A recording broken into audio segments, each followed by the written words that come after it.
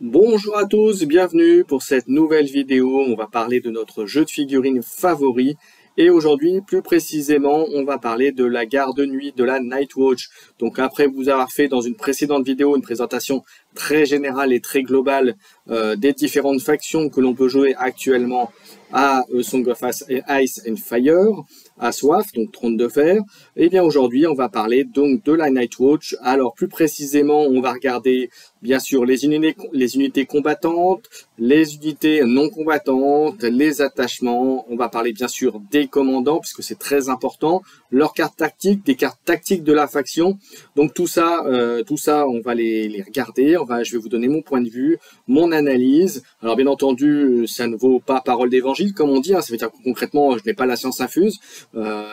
Mon idée, mon avis peut bien sûr ne pas correspondre à certains d'entre vous, mais en tout cas moi c'est mon idée à moi au jour d'aujourd'hui, à l'heure dite. Donc bien entendu cette vidéo correspond à ce qui est sorti et ce qui est disponible avec les règles actuelles. Donc bien entendu, comme vous le savez, c'est un jeu où il y a des mises à jour régulières. Donc là c'est à date, donc à début juin 2022. Voilà, et bien écoutez, on fait ça juste après ce petit générique. Allez, c'est parti.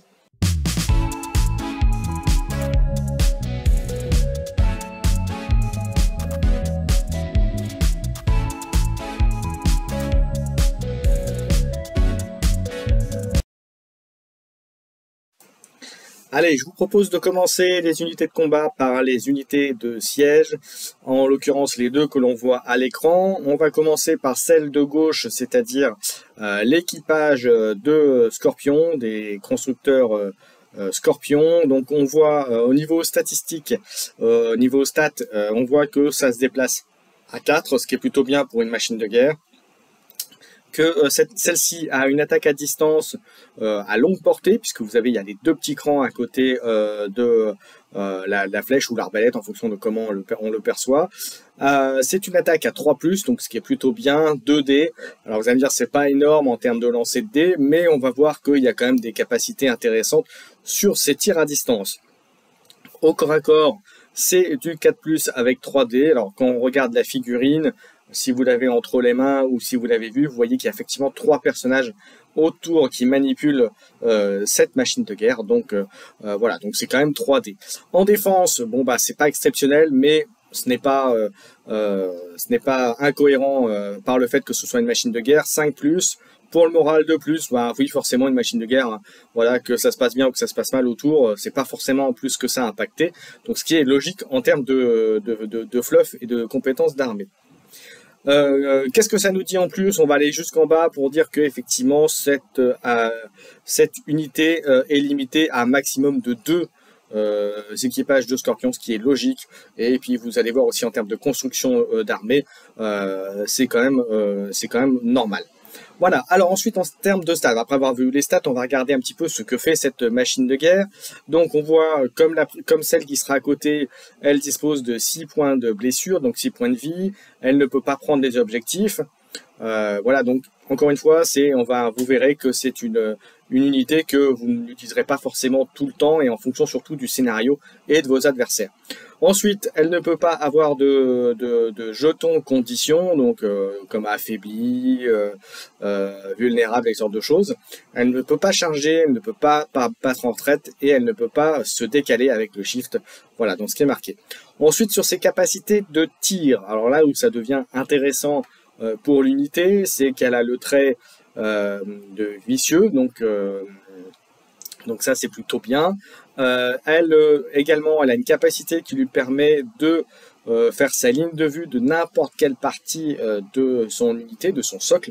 Donc même une unité qui serait une unité par cavalerie par exemple ennemie qui essaierait de la prendre à revers, eh bien elle peut tirer sans problème dans son dos. Voilà, ça ne l'empêche pas. Autre capacité très intéressante de l'unité, c'est qu'elle peut avoir un malus de 3 au toucher pour ignorer la ligne de vue et surtout avoir une portée illimitée. Donc en gros n'importe où sur le terrain, sur la zone de jeu.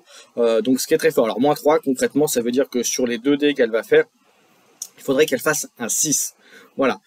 Dernière petite chose, et pas la moindre, intéressante aussi, c'est lorsque que le défenseur ne lance pas de jet de défense. Donc concrètement, si elle touche, elle fait tout de suite des dégâts.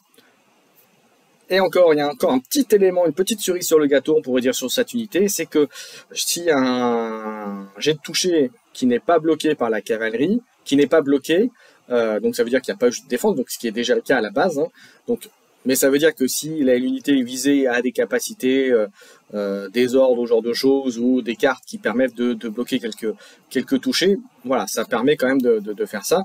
Donc sur chaque toucher non bloqué, la cavalerie ou monstre ou machine de guerre, l'unité prend 2 blessures directement. Attention, voilà, vous en entendrez parler certainement dans d'autres vidéos, notamment sur les vidéos Free Folk, puisqu'avec les géants ont une règle qui fait que les machines de guerre, les engins de siège ont été un peu nerfés, mais ça on en reparlera dans une autre vidéo. Donc voilà, donc les hits c'est les touchés, donc si c'est pas sauvegardé par une unité adverse, ça prend directement 2 blessures. En termes de coût, vous voyez que l'unité ça coûte 5 points, donc ce qui n'est pas excessif par rapport à ce que fait l'unité. Maintenant, voilà, vous verrez par rapport aux autres unités de la faction, à voir si c'est intéressant. Généralement, je vous dirais, vous en mettez une dans une compo. De là en mettre 2, ça me paraît cher payé, mais ça peut être quand même une unité qui peut être intéressante à mettre si vous avez 5 points à mettre, plutôt que de mettre, moi je sais pas, par exemple, on verra ça tout à l'heure, une unité cavalerie comme le Watch Marshal solo, et ben vous pouvez très bien mettre à la place un builder ce qu'on prend de coup, à condition bien sûr d'avoir 5 points de disponible. Ce n'est qu'une idée comme ça. Deuxième machine de guerre de la faction, c'est les lanceurs de pierre. Donc, qu'est-ce qu'on voit? Donc là déjà, par rapport à l'autre, elle se déplace que de 1. Donc ça veut dire en gros une mobilité quasi nulle, pas grand-chose. Elle tire à distance courte portée, puisque vous voyez, il n'y a pas de... mais bon, on verra ça après dans le descriptif de l'unité, ce que ça peut faire. Ça tire à la base courte portée, 4+, 2 dégâts, et au corps à corps, pareil, c'est 4+, 3D, et pour le reste, défense 5+, et morale 2+. Au niveau des caractéristiques de la machine de guerre, on voit que comme l'autre, elle a 6 points de vie, elle ne contrôle pas d'objectif, elle ne peut pas prendre de jetons conditions, elle ne peut pas charger, elle ne peut pas battre en retraite, et elle ne peut pas se décaler, donc shift. Voilà. Ensuite, en termes de caractéristiques, enfin de capacité de l'unité, elle ne peut pas viser, ne peut pas attaquer une unité solo, donc c'est un peu dommage. Voilà, donc ça peut viser les unités cavalerie à 4 avec les 4 unités, les unités d'infanterie, pas de souci. Mais les unités solo, voilà, ce n'est pas attaquable. En revanche, et ça peut attaquer, et là c'est plutôt bien, et là c'est pour ça qu'on a l'explication aussi de pourquoi, contrairement à l'autre, il n'y a pas les 2 petits tirets pour dire que ça tire à longue portée, c'est que cette unité peut attaquer les ennemis quelle que soit la distance et la ligne de vue. Donc quel que soit où on veut sur le plateau, là aussi, c'est plutôt très bien. Ensuite, la deuxième chose, c'est que si cette attaque touche, c'est-à-dire que si elle a fait au moins un toucher, au lieu de faire des jets de défense, le défenseur prendra automatiquement une blessure, plus une blessure pour chacun de ses rangs disponibles. Donc concrètement, vous attaquez une unité d'infanterie qui est à plein, qui a ses 12 points de vie, eh bien, vous lui faites, elle a ses 3 rangs, donc s'il y a un touché, elle prendra automatiquement 4 blessures, donc il n'y a pas de jet de défense, 4 blessures directement. Sur une unité cavalerie, vous savez, elle a 2 rangs, donc si elle était à plein, eh bien, ça ferait 3 rangs, donc c'est un cavalier sur les 4 qui est éliminé. Ensuite, qu'est-ce qu'on peut voir? Pareil, même limitation que pour l'équipage des scorpions, on ne peut en avoir que 2 dans l'armée. Et alors par contre, ce qui pour moi est assez rédhibitoire, c'est que ça coûte 8, donc c'est très très cher, ça en fait une des unités les plus chères de l'armée Nightwatch, de garde de nuit. Donc est-ce que ça vaut le coup de le mettre dans une armée? Pourquoi pas, mais pour 8, pour le coup, je trouve ça trop situationnel. Alors à moins que vous sachiez que vous ayez un adversaire qui joue beaucoup avec de l'infanterie, pourquoi pas, mais malgré ça, voilà, je suis pas persuadé que au jour d'aujourd'hui, ces unités-là, cette unité-là en tout cas, les lanceurs de pierre, soient vraiment très optimum. Là, à la limite, je préfère vous mettre un Scorpion Crew pour 5 que mettre ça à 8. Enfin, ce n'est que mon point de vue. Une fois avoir vu les engins de siège, maintenant, on va passer à des unités de piétons, de l'infanterie, avec les deux qui arrivent. Donc, en premier, sur votre gauche à l'écran, on va commencer par les frères jurés. Donc, qu'est-ce qu'on peut voir en termes de stats pures? Ils se déplacent à 5, ce qui est très courant pour de l'infanterie. En revanche, au corps à corps, on attaque qu'au corps à corps, avec du 3+, 7 pour à plein rang, 5 si elle n'a plus que 2 rangs, et 4 s'il ne reste plus qu'un rang. Voilà, ça reste quand même très correct pour une défense à 4+, qui est très bien, et un moral à 5+, qui est plutôt très bien aussi.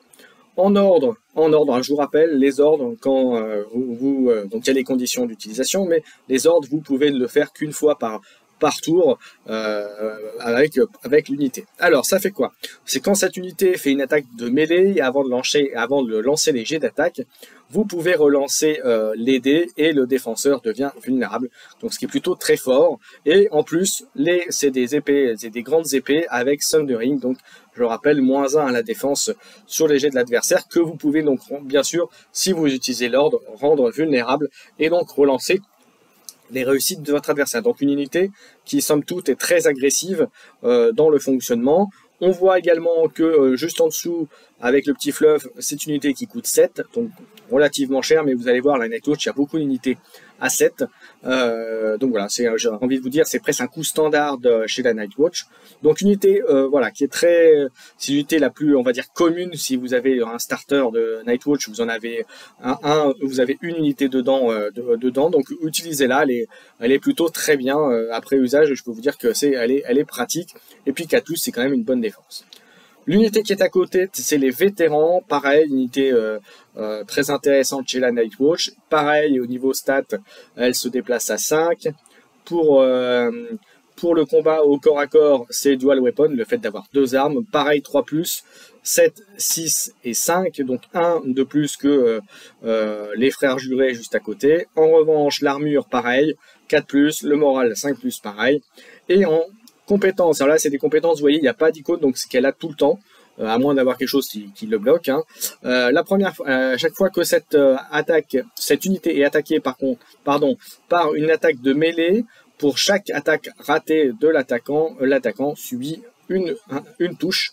Donc il peut quand même essayer de se défendre. Hein. Bien sûr, c'est une touche, ça ne veut pas dire que c'est une blessure automatique, mais c'est quand même une touche derrière. Et disrupt.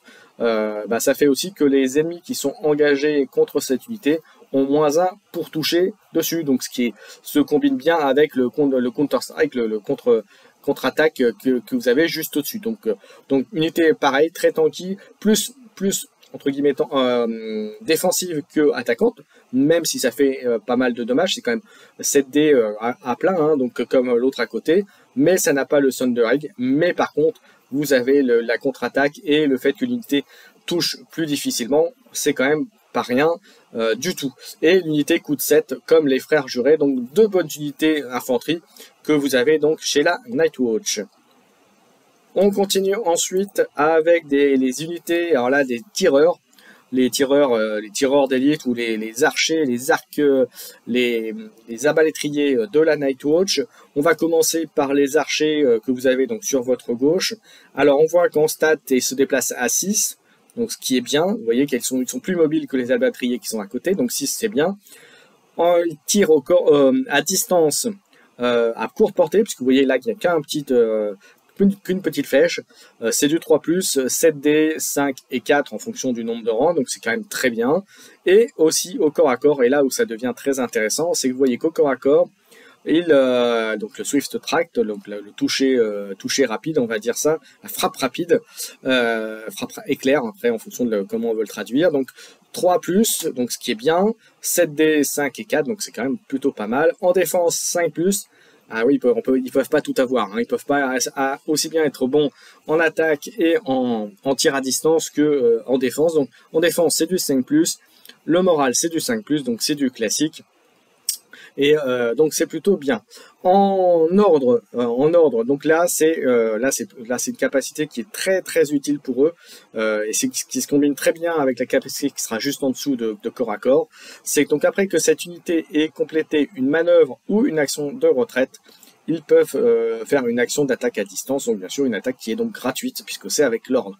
Et la deuxième, et ça se combine très bien avec, comme je vous disais, avec la capacité qu'il y a juste en dessous, qui est suite donc au corps à corps, donc une attaque. Donc après que cette attaque, qu'une attaque ait été complétée avec cette unité, vous pouvez faire une action de retraite. Donc concrètement, une action classique avec cette unité, c'est vous chargez, vous faites votre action d'attaque, vous enclenchez l'attaque qui est automatique, qui est celle de pouvoir faire une action de retraite, et vous donnez l'ordre pour faire une attaque de tir à distance. Donc vous avez fait comme ça, si vous êtes à plein, 2 attaques à 7, 3+, c'est pas mal. Alors vous allez me dire, il n'y a pas de Sunduric, il n'y a pas de vicieux, il n'y a pas de choses comme ça, de modificateurs à l'attaque, mais c'est quand même énorme. En fait, vous avez quand même lancé, si vous avez fait ça par exemple, vous avez quand même lancé 14 dés, voilà, sur des unités, ça peut, voilà, ça fait mal. Voilà. Et c'est une unité qui coûte 7 points, voilà, encore une fois, un coup classique, mais une unité très mobile et très intéressante de la Nightwatch. Moi, j'aime beaucoup. Voilà, après à compléter avec d'autres unités quand même dans votre formation, mais c'est une unité qui est quand même très bien et très mobile dans le fonctionnement. Deuxième unité que je vous ai présentée là, maintenant, c'est les arbalétriers. Alors eux, ils se déplacent à 5, donc un des moins, donc c'est pas énorme. En revanche, ils attaquent à distance avec les 2 petites barrettes, donc les 2 petits écrans, donc à longue distance, toujours du 3+, 6D et 4D, donc vous voyez que c'est quand même 6D pas mal, et au corps à corps, donc ils sont un peu moins bons que leurs camarades d'à côté avec les arcs, mais c'est quand même 4+, 5D, 4D ou 3D en fonction du nombre de rangs. En défense, comme leurs camarades, c'est 5+, morale 6+, sont un peu moins bons. En revanche, ensuite on regarde les capacités, donc en ordre. Ils ont une capacité qui fait que quand ils sont chargés de front, l'unité peut faire une attaque à distance contre cet ennemi en utilisant leur valeur d'attaque la plus faible, donc c'est-à-dire 4D. Voilà, donc ça a été quelque chose qui a été nerfé si je ne me trompe pas. Mais c'est quand même 4D contre l'adversaire, donc c'est plutôt pas mal. Mais c'est surtout leur capacité de pouvoir tirer à longue distance qui est très bien. Et leur capacité de tir, justement, on en vient avec l'arbalète, la Sundering. Et en plus, s'ils attaquent une unité qui est à courte distance, donc à 6 en termes de distance, eh bien, il peut relancer ses jets d'attaque. Donc c'est une unité qui est quand même très bien, qui est capable de faire des gros dégâts. Et voilà, à vous maintenant de la positionner. Donc l'inconvénient, c'est que si elle est prise sur le flanc ou sur l'arrière, elle peut très vite se faire détruire parce qu'elle n'a que 5 de défense et qui a un moral un peu bas par rapport au reste de la Nightwatch, mais c'est une très bonne unité à mon sens et elle coûte 7 comme beaucoup d'unités de la Nightwatch. On continue avec des unités toujours d'infanterie. Là on va passer aux conscrits et aux épieux, aux hommes, aux lanciers pardon, de la tour de l'ombre. Donc en commençant par les conscrits, donc on voit qu'ils se déplacent à 5, ce qui est la caractéristique classique de l'infanterie. Corps à corps, ils ont du 4+, 6D, 5D ou 4D en fonction du nombre de rangs. Et en défense 5+, et du moral 7+. Alors vous allez me dire, ça paraît un peu faible tout ça. Oui, sauf que vous n'avez pas vu ce que ça fait à côté avec l'ordre. Et l'ordre, il fait quoi? Eh bien, il fait que au début d'un tour ami, vous pouvez faire en sorte que l'unité perde jusqu'à 3 figurines, mais ils font récupérer une figurine plus le nombre de blessures qu'ils ont fait, donc ça peut être 3, donc si vous faites 3 plus 1, ça fait 4, à une unité amie qui est à longue range. On parlait tout à l'heure, on parlait par exemple des frères jurés qui, imaginez, les frères jurés se sont fait attaquer, ça va être à leur tour d'attaquer, vous faites l'ordre en premier, vous sacrifiez 3 unités des conscrits et vous en remettez directement 4 chez les frères jurés et vous leur avez fait gagner déjà un rang et donc une capacité de dommage supplémentaire. Donc voilà, donc c'est plutôt pas mal. Et autre chose, par contre, l'inconvénient aussi, comme c'est des conscrits, donc vous savez, c'est Voilà, ils ont été mis dans la garde de nuit un peu contraints et forcés, hein, si on suit un peu le fluff. Eh bien, ils subissent une blessure en plus contre les jets de panique ratés. Alors ensuite, ce qu'on voit, c'est qu'une l'unité elle coûte 5, donc elle n'est pas chère du tout, surtout pour la capacité de pouvoir ralimenter en unité les unités à côté, donc de renforcer les unités que vous auriez mis dans votre armée. Alors attention, les points de blessure, c'est que vous faites récupérer, ça peut aussi marcher bien sûr sur des unités de cavalerie ou sur des machines de guerre si elles avaient été blessées. Ensuite, on va passer au Spearman, au lancier de l'ombre, de la tour de l'ombre. Alors, ils se déplacent à 5. Ils ont une attaque au corps à corps à 3+, 7D, 7D et 4. Donc, ça veut dire qu'il faut avoir détruit les deux rangs, les deux premiers rangs pour qu'ils baissent en termes de puissance de feu, de frappe, on va dire. En termes d'armure, ils sont du 4+, donc c'est plutôt bien. Et en morale, 5+. C'est assez classique dans ces stats-là pour la garde de nuit. En ordre, ils ont un ordre un peu équivalent à ceux des arbalétriers qu'on a vu juste avant. Quand une charge est faite contre deux fronts ou même deux flancs, c'est la différence aussi avec les arbalétriers, il peut faire une action de mêlée et qui va avant que l'action de charge de l'attaquant soit faite. Donc c'est quand même pas mal, surtout qu'à 7D, ça peut faire énormément de dommages. Et l'autre chose, unyielding, c'est que si elle rate un jet de panique, elle subira moins un blessure. Donc concrètement, si vous avez 3 voilà, sur votre dé blanc de jet de morale, au lieu d'en perdre 3, ils en perdent que 2. Voilà, concrètement. Et c'est une unité qui coûte 7. Donc c'est le coût classique des unités de la Nightwatch. Donc vous voyez, une unité qui est très très sympa. Alors, il y a des gens dans d'autres armées, dans d'autres factions qui vont vous dire oui, les lanciers, ils n'ont pas de vicieux, ils n'ont pas de sundering, mais il n'empêche que c'est quand même une unité bien pour défendre un objectif, qui est capable de faire de gros dommages. Et puis si vous mettez un bon commandant ou un bon attachement avec, ça peut faire très très très mal. Voilà. Après je vous donnerai, je pense, dans une autre vidéo des petites astuces avec eux. Ensuite, on continue avec, là on va passer avec les unités de la cavalerie. Donc d'un côté les Rangers Vanguard, donc l'avant-garde Ranger, et les patrouilleurs pisteurs de l'autre côté. Alors les premiers, les Rangers Vanguard, donc vous voyez que c'est de la cavalerie, ça se déplace à 6. Au corps à corps, ça a 3+, 7 ou 5. En fonction du nombre de rangs, ça se défend à 5+, c'est un moral à 5+. Là, c'est des stats assez classiques.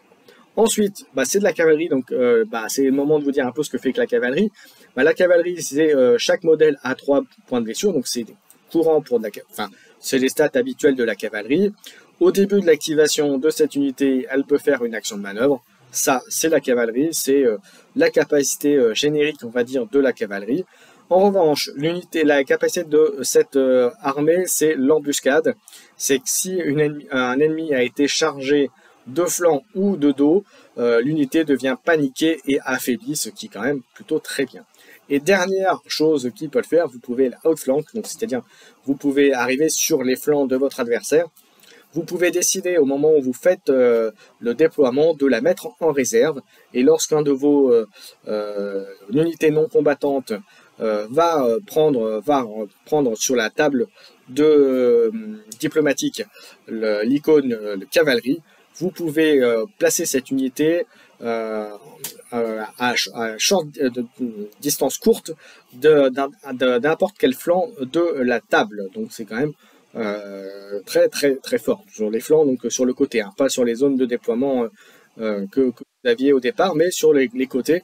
Donc ça permet de surprendre pas mal l'adversaire. Si l'adversaire ne fait pas attention, vous pouvez être une bonne épine du pied. Attention néanmoins, c'est une unité qui peut faire très mal, mais qui n'a pas une super défense.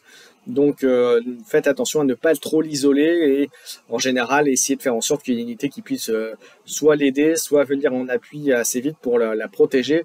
Si vous avez intention en tout cas d'aller directement dans le camp adverse, parce que sinon l'unité peut très vite être isolée. Maintenant c'est de la cavalerie, ça bouge beaucoup, donc à vous de faire ce qu'il faut pour ne pas la mettre en danger. Deuxième unité cavalerie, c'est les patrouilleurs pisteurs, donc c'est les archers cavaliers. Ils se déplacent à 6, ils attaquent à distance à courte portée, 3+, 7D ou 4, et au corps à corps 4+, 6D ou 5, c'est plutôt très bien dans l'ensemble. Elle a 5D d'armure, 5+ pour l'armure et 6+ pour le moral, un tout petit peu moins bien que les Rangers Warguard, mais ça reste quand même très intéressant. Ils ont un ordre très sympathique, qui est marquer la cible.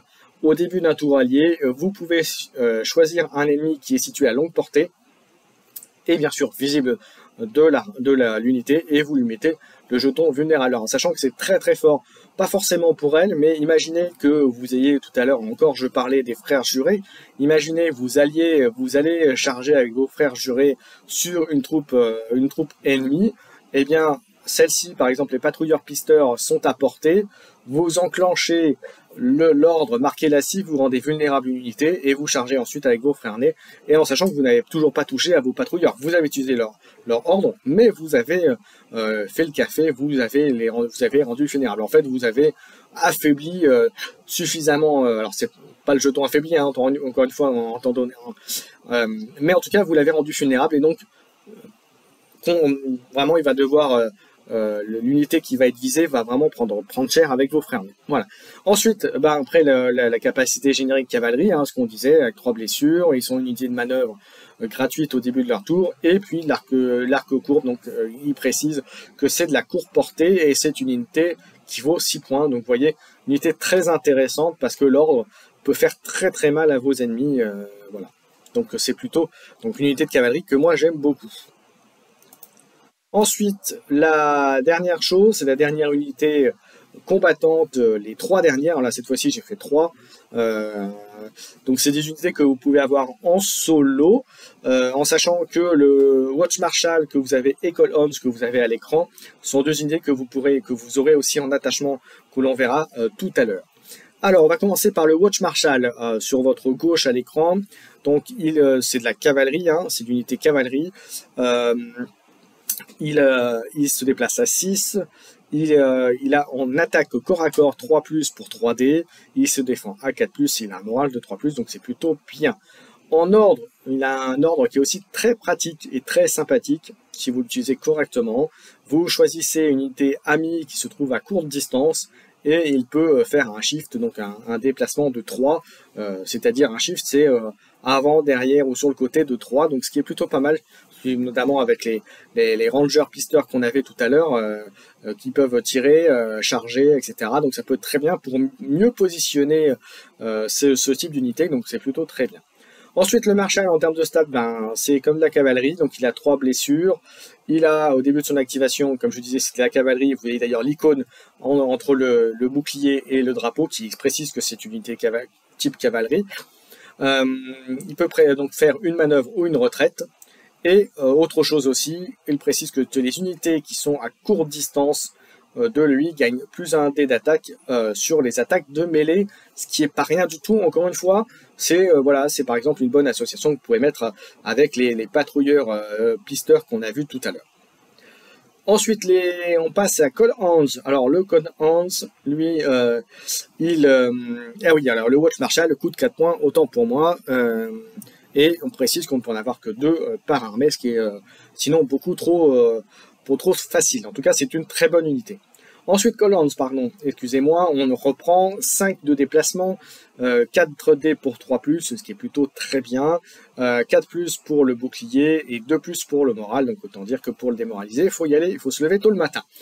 En ordre, il a un ordre aussi qui est très sympa, un ennemi qui est à longue distance, qui fait une attaque-action, qui fait une action d'attaque. Avant que l'action soit résolue, on lui met moins 1 dé. Alors après, je précise bien, c'est à longue distance de lui, pas de l'unité qui est visée. Hein. Donc faites attention, je me suis fait avoir moi personnellement plusieurs fois. Voilà, donc attention, il faut que ce soit Call Hounds qui soit à longue portée, et à longue portée de l'unité qui attaque l'unité à ami. Voilà. Ensuite, en stat, il a 4 points de vie. On voit comme c'est également une unité cavalerie qui peut faire une manœuvre ou une action de retraite. Et en plus, il a une autre chose, c'est que s'il a été détruite, donc si l'unité a été éliminée, au début du prochain tour, vous pouvez le déployer complètement à distance courte de n'importe quel flanc de table. Donc c'est plutôt très fort aussi. Voilà, donc vous pouvez très bien l'envoyer en sacrifice en sachant que vous allez le récupérer et peut-être pourquoi pas le redéplacer, le redéployer à un endroit plus judicieux au niveau du plateau de jeu. Ensuite, on va parler à Ghost. Alors Ghost, il ne peut être mis que si vous avez mis Jon Snow dans l'armée. Il va coûter 3 points. Alors c'est une chose qui a été changée il y a peu. Auparavant, vous l'aviez pour 0. Maintenant, il est passé à 3.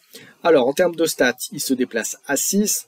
C'est un monstre. Vous voyez, vous avez l'icône de monstre entre le bouclier et le drapeau. Il tape à 3+ pour 4 dés. Il a 4+ pour l'armure, 2+ pour le moral. Voilà. Ensuite, en termes de stats, eh bien, écoutez, il a 4 points de vie. Il fait un peu comme la cavalerie classique. Il peut faire une action de manœuvre au début de son activation. Et autre chose, il a une autre capacité. Toutes les cartes tactiques qui seraient attachées sur l'unité de Snow sont considérées comme si c'était attaché à lui également. Donc, ce qui est plutôt très fort. Si vous avez bien ciblé les cartes tactiques de la faction ou du commandant sur Jon Snow, puisque Jon Snow, vous pouvez l'avoir en commandant et en unité d'attachement de l'unité infanterie. Donc ça, on en reparlera juste après, un peu plus tard. Et donc l'intérêt aussi de Ghost, c'est qu'il peut s'activer dès que l'unité de Jon Snow a été activée. Donc voilà. Et l'autre chose, c'est que c'est attaque au corps à corps en Sundering, donc c'est plutôt très bien. Donc concrètement, c'est une unité pratique parce que vous pouvez très bien l'utiliser. Vous avez activé Jon Snow, par exemple, dans les Frères Jurés, il attaque, ils font l'attaque, vous résolvez l'attaque, et derrière, vous pouvez activer Ghost dans la foulée, avant que votre adversaire ne puisse jouer une autre unité. Ghost arrive, il charge, il met les dégâts qu'il faut pour terminer l'unité, par exemple. Voilà. Ou alors, vous pouvez très bien jouer l'unité de Jon Snow, attendre, et puis attendre un autre tour pour bénéficier du tour supplémentaire ou du choix stratégique pour avoir plus d'activation et permettre ainsi d'avoir un meilleur choix de fonctionnement sur la partie. Voilà, on a vu les unités de combat, on va passer à la suite. Allez, passons donc aux cartes tactiques de la faction. Alors, on va y aller 2 par 2. Voilà, donc les 2 premières cartes, c'est l'épée dans les ténèbres. Alors, sur les cartes tactiques, on vous rappelle, hein, il y en a 7 dans la faction, donc ça fera 7 x 2, ça fait 14 cartes, et vous avez 3 x 2 cartes qui sont proposées par le commandant que vous aurez choisi. Donc là, c'est pour vous donner l'ordre général, les tactiques générales de la faction. On a vu juste avant les unités combattantes, et là, c'est pour vous donner une idée un peu de ce qui est possible avec les tactiques de la faction, et on verra la suite juste après. La première carte, donc, c'est l'épée dans les ténèbres, et ça fait que lorsqu'une unité amie fait une attaque de combat, avant de lancer les dés, le défenseur devient paniqué et vulnérable, ce qui est quand même très fort. Et le deuxième effet, c'est que si vous l'attachez à une unité Nightwatch, ce qui sera effectivement le cas, à moins que vous ayez utilisé des unités neutres, comme les unités Bolton par exemple, et bien en tout cas, si c'est une unité de la garde de nuit, cette unité gagne +1 dés d'attaque, ce qui est plutôt sympathique. On rappelle ceci aussi que cette carte-là, vous pouvez aussi décider de ne pas utiliser le premier effet pour juste l'attacher et lui donner +1 effet, mais c'est dommage de se priver de l'effet surtout vulnérable et paniqué, qui est plutôt aussi sympa. Ensuite, la deuxième carte, c'est le feu qui brûle contre le froid. Alors là, c'est fait lorsque une unité amie lance un jet de morale, donc un jet de panique, ça en fait partie.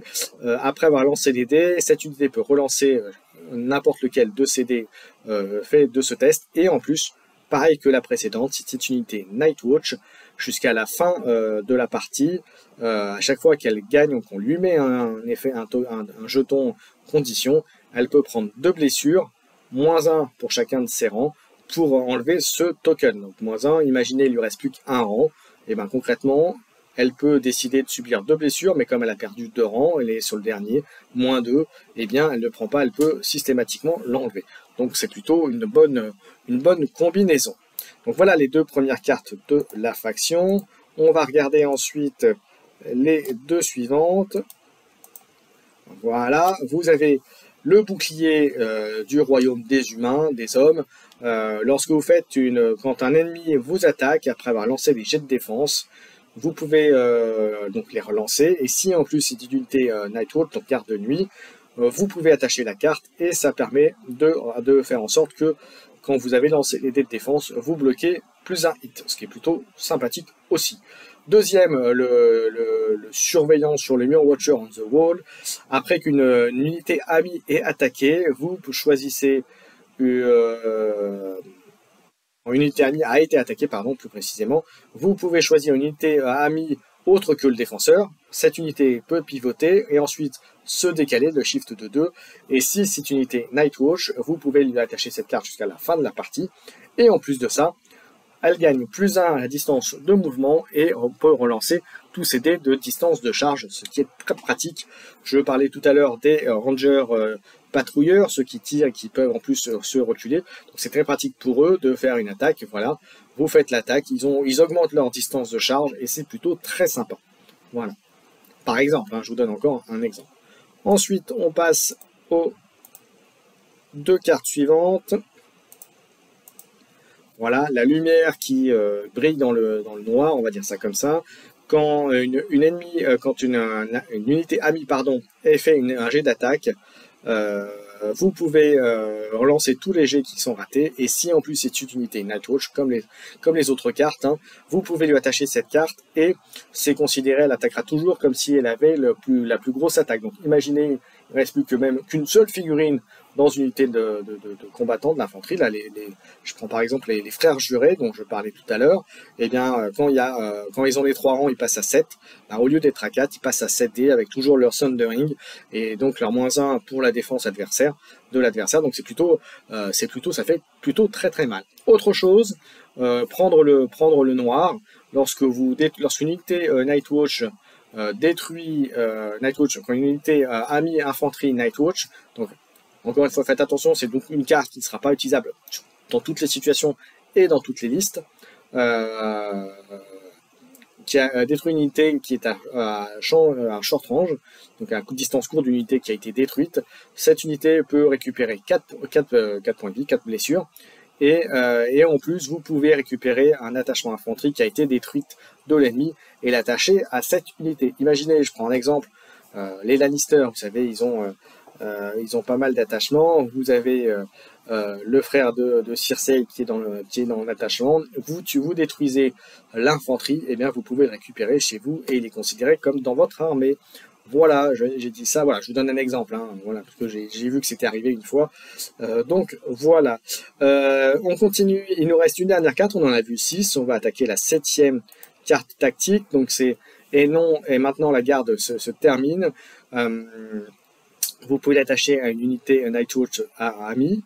Et quand cette attache, lorsqu'une autre unité Nightwatch est détruite, vous pouvez enlever cette carte et vous pouvez déplacer une carte tactique qui lui a été attachée vous pouvez la mettre à cette unité et cette unité peut après faire une attaque, une manœuvre ou une action de marche. Donc ce qui est plutôt pas rien du tout.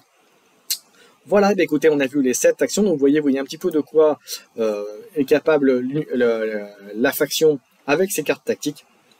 Et je vous propose qu'on continue tout de suite. Allez, après avoir vu les cartes tactiques de la faction, on va parler maintenant des généraux et de leurs cartes tactiques. Donc comme ça vous permettra d'avoir une globalité sur les capacités de la faction, donc de ce que font les généraux et surtout de leurs cartes associées bien sûr avec les cartes tactiques de la faction que vous avez pu voir juste avant. Allez, on va commencer par le premier commandant de la Nightwatch qui est disponible. Donc c'est Alistair Thorne. Donc c'est un commandant... donc vous, bien sûr, vous voyez que c'est une unité d'infanterie, donc il faudra le mettre dans une unité d'infanterie dans votre composition d'armée.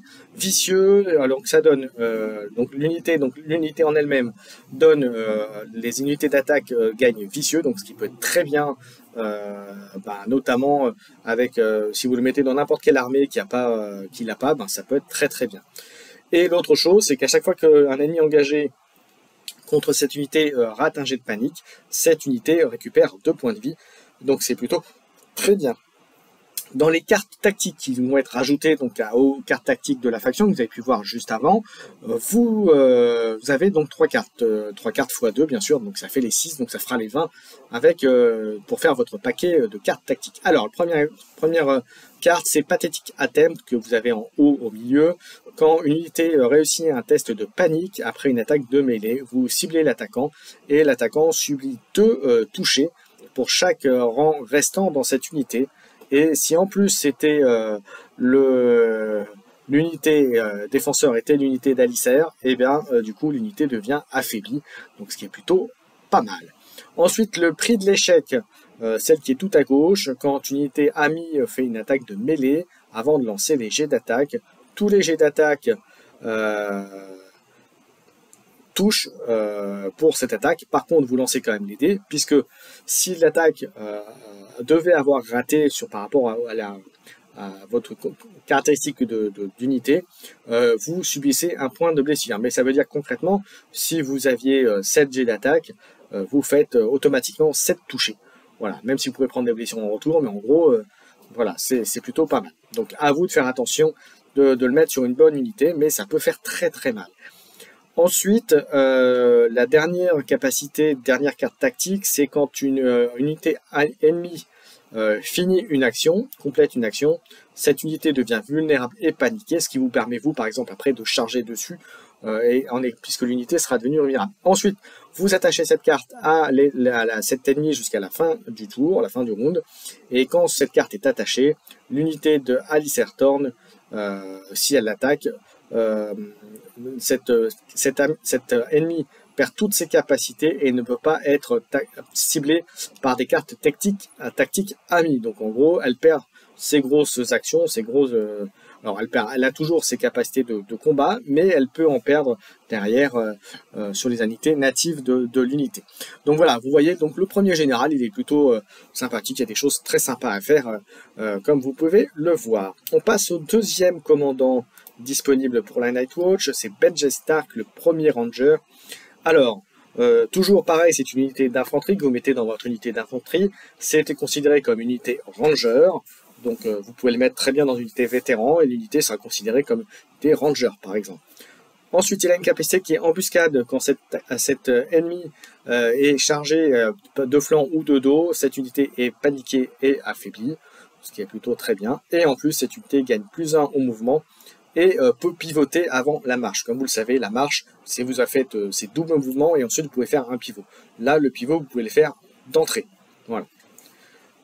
Ensuite, dans les 3 cartes qui est disponible dans les cartes tactiques, vous avez la vision du chasseur, Hunter's Insight. Vous choisissez un ennemi qui se trouve à longue portée et une unité ami ranger. Et vous choisissez une des choses possibles parmi celles-ci. Une unité ennemie à longue distance peut faire un déplacement de 3. Et sinon, cette unité amie peut relancer les dés d'attaque et de charge quand vous ciblez cet ennemi ce tour-là, ou cet ennemi ne peut pas utiliser d'ordre ou être la cible de cartes tactiques ce tour-là. Donc, c'est une carte très très utile, à vous d'utiliser correctement et de bien savoir quelle capacité utiliser. Ensuite, deuxième carte tactique, c'est le hit and run. Après qu'une unité de mêlée complète une action d'attaque, cette unité peut faire une action de retraite. Et si c'était une cible, c'était une unité de ranger, l'ennemi qui a été l'ennemi que vous laissez de côté, entre guillemets, devient affaibli. Donc c'est plutôt très bien. Encore une fois, ça combat bien avec l'unité des Ranger Hunters qu'on a vu tout à l'heure, les archers. Voilà, ça peut être une très bonne combo là-dessus aussi. Ensuite, on a le Lying in Wait. Donc quand une unité, troisième carte tactique de Benjen Stark, quand une unité ennemie s'active, vous pouvez choisir une unité amie non activée Ranger qui se trouve à longue distance. Et si cet ennemi et que vous avez la ligne de vue sur cet ennemi, vous pouvez faire une attaque à distance sur cet ennemi. C'est très très fort avec, si vous avez mis par exemple Benjen Tark avec les arbalétriers, puisqu'ils ils peuvent tirer à distance. Après, sur les archers, ils ont une distance courte, donc attention à bien utiliser l'unité correctement. Donc voilà, Benjen Tark, il y a encore, voilà, c'est un très bon général aussi, enfin il y a des bonnes choses à faire, une petite chose intéressante à tester aussi. Ensuite, troisième général que j'ai à vous présenter, Counter-Spike. Alors je précise, Counter-Spike fait partie de la boîte Hero 3, la Dead Chose, donc qui est assez difficile à trouver actuellement, mais ça reste un très bon général, et on va voir ça tout de suite pourquoi. Alors je m'excuse pour là pour le coup les images sont un peu plus floues et pas forcément très nettes, mais bon j'espère que on voit suffisamment pour pouvoir en parler. Alors en termes de stade de commandant, donc c'est le commandant de la garde de l'Est. Il a un ordre, c'est quand cette unité fait une action d'attaque, vous pouvez choisir de perdre un D3 round, donc vous lancez un D3, et en retour, vous perdez des unités, mais vous faites automatiquement 6 sur votre jet de charge, donc ce qui permet de réussir ces charges concrètement, puisque vous le savez, la charge, vous ne pouvez la faire que si vous êtes à portée de charge, donc c'est-à-dire à 12 de votre adversaire maximum. Donc là, ça veut dire que si vous faites ça, vous êtes sûr d'avoir réussi votre charge, et donc vous chargez dans la mêlée comme. Il a une capacité, entre guillemets, de combat corps à corps, c'est qu'après cette unité a fait une attaque de mêlée, si le défenseur a subi des blessures, cette unité se récupère une blessure plus une blessure de plus pour chaque rang détruit de l'adversaire. Donc concrètement, l'adversaire, il a plus que 2 rangs sur 3, par exemple, si c'est une unité d'infanterie, et bien du coup, il va récupérer, va récupérer 2 blessures, une blessure normale, entre guillemets classique, et une blessure parce qu'il y a eu un rang détruit. Ensuite, dans les cartes tactiques, on a le Pike Agression. Alors, ça fait la chose suivante, quand une unité amie a complété une action d'attaque, vous pouvez refaire, entre guillemets, une action d'attaque avec les dés d'attaque le plus faible. Mais par contre, ça ne fait pas de deck panique supplémentaire. Mais par contre, ce qui est pas mal, c'est que par contre, si une fois que vous l'avez fait, l'attaquant subit 2 touches plus 1 touche pour chaque touche qui a été touchée dans l'attaque. Donc en gros, vous faites plus mal, mais vous mettez en danger aussi derrière. Mais ça peut permettre de finir une unité, par exemple, et c'est plutôt très sympa. Ensuite, Reckless Strike. Donc pareil, quand l'unité amie a fait une attaque de mêlée et qu'avant de lancer les dés, vous pouvez gagner, et ça c'est très fort, Critical Blow et Précision, donc 2 effets de jeu qui sont énormes, et l'attaquant par contre subit une blessure pour chaque dé de 1, voilà, donc c'est le risque, mais d'un autre côté, le Critical Blow ou le Précision, ça fait très très mal.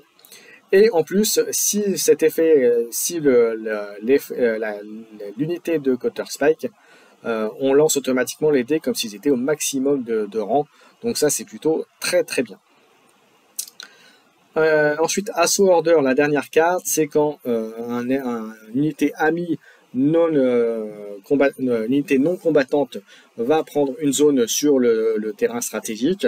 Vous pouvez le remplacer, cet effet du tableau stratégique, par une unité de combat fait une action de mêlée. Et si en plus ça cible l'unité de Counter-Spike, ça peut faire une action de charge à la place. Donc c'est plutôt très très bon, situationnel vous allez me dire, mais bien utilisé peut faire très très mal à votre adversaire. On continue. Bon voilà, donc ça c'était Counter-Spike. On continue, commandant suivant, c'est Donald Noy. Alors c'est un très bon commandant que moi personnellement, à titre personnel je précise bien, j'aime beaucoup beaucoup beaucoup. Alors c'est une unité pareille, infanterie bien sûr. Alors il a en natif il a un ordre, c'est le mur de bouclier. Quand une unité ennemie fait une attaque de mêlée contre cette unité, après avoir lancé les jets de défense, si cette unité a été attaquée de front ou de flanc, il bloque plus un hit pour chacun de ses rangs restants. C'est-à-dire qu'en début de partie, s'il est attaqué de front ou de flanc, vous êtes sûr que donc il a déjà 3 rangs, plus 1, 4 rangs. Donc il bloque les 4 premières, avec l'ordre, il bloque les 4 premières touches contre lui. Et en plus de ça, en effet de combat, de mêlée. Si vous contrôlez, si un de vos unités non combattantes contrôle la bourse, cette unité gagne Sundering, et en plus attaque avec les dés les plus forts de l'unité, donc voilà, c'est comme si c'était au maximum, donc c'est quand même pas rien. En termes de cartes tactiques, on a le Refuse to Yield donc de Donald Noy, donc ça fait qu'après une unité amie a passé un test de panique, tous les unités qui sont engagées avec cette unité deviennent vulnérables, ce qui n'est pas rien non plus. Et si en plus c'est attaché, quand c'est attaché, à chaque fois que l'unité passe un test de panique, tous les ennemis avec cette unité deviennent vulnérables aussi. Donc ça peut être très bien. C'est pénible pour votre adversaire là en l'occurrence. Et si en plus cette unité cette carte tactique est mise sur l'unité de Donald Noy, elle gagne +1 à ses jets de panique, ce qui est vraiment pas rien non plus du tout. Ensuite, formation défensive. Au début d'un tour, on peut l'attacher à une unité de combattants ennemis au début de la prochaine activation. Et quand c'est attaché, cette unité ne peut pas faire d'attaque, de charge, mais par contre gagne +1 dé de défense.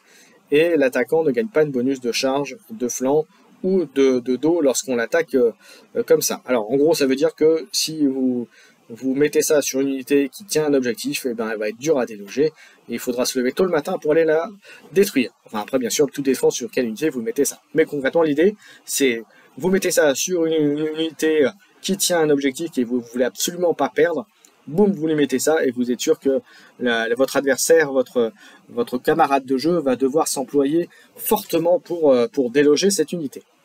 Ensuite, on a le dernier, c'est Lash Out. Quand un ennemi complète une attaque de mêlée, donc il a fait une attaque de mêlée, si le défenseur n'a pas été détruit, l'attaquant subit 2 blessures pour chacun des rangs détruits de l'attaque du défenseur, et si le défenseur en plus était l'unité de Donald Noy, l'attaquant devient paniqué. Donc ça, c'est une capacité que vous avez assez souvent d'ailleurs dans les capacités de commandement, si vous regardez un peu, quand vous verrez un peu les autres factions, c'est quelque chose qu'on peut retrouver assez souvent, ce type de carte. Mais voilà. Donc voilà pour Donald Noy, donc comme encore une fois, c'est un commandant que moi personnellement j'aime beaucoup. Commandant suivant, on passe à Jeor Mormont, donc là aussi c'est de l'infanterie. Il a Dauntless. À chaque fois que cette unité passe un jet de morale, il récupère 1 point de vie. Et Embolden, c'est-à-dire que toutes les unités qui se trouvent à distance courte de lui gagnent +1 à leur jet de morale, donc ce qui est plutôt pas rien non plus, notamment si vous affrontez les Lannister qui jouent beaucoup sur le moral. Mais ça, on en reviendra quand on parlera de cette faction-là. Les cartes tactiques, on a Night Gazer. Au début de n'importe quel tour, vous ciblez une unité ennemie qui est engagée. Voilà, cette unité, vous lui faites un jet de morale, et s'il réussit, vous pouvez lui attacher cette carte jusqu'à la fin de la partie. Et quand cette carte est attachée, à chaque fois que qu'un ennemi fait une attaque de mêlée contre cette unité, avant de lancer les jets d'attaque, l'attaquant subit une touche pour chaque rang restant sur l'unité, ce qui est plutôt pas rien non plus, et ce qui est plutôt pas mal. Donc jusqu'à 3 touches d'office, rien que le fait de vouloir attaquer l'unité qui aura cette carte tactique, c'est plutôt comme on dit, c'est plutôt pas mal. Deuxième carte tactique de ce général, c'est maintenant ma garde commence. Quand une unité Nightwatch s'active, vous pouvez faire un test de morale, et sur un succès, on peut choisir une des 2 options suivantes.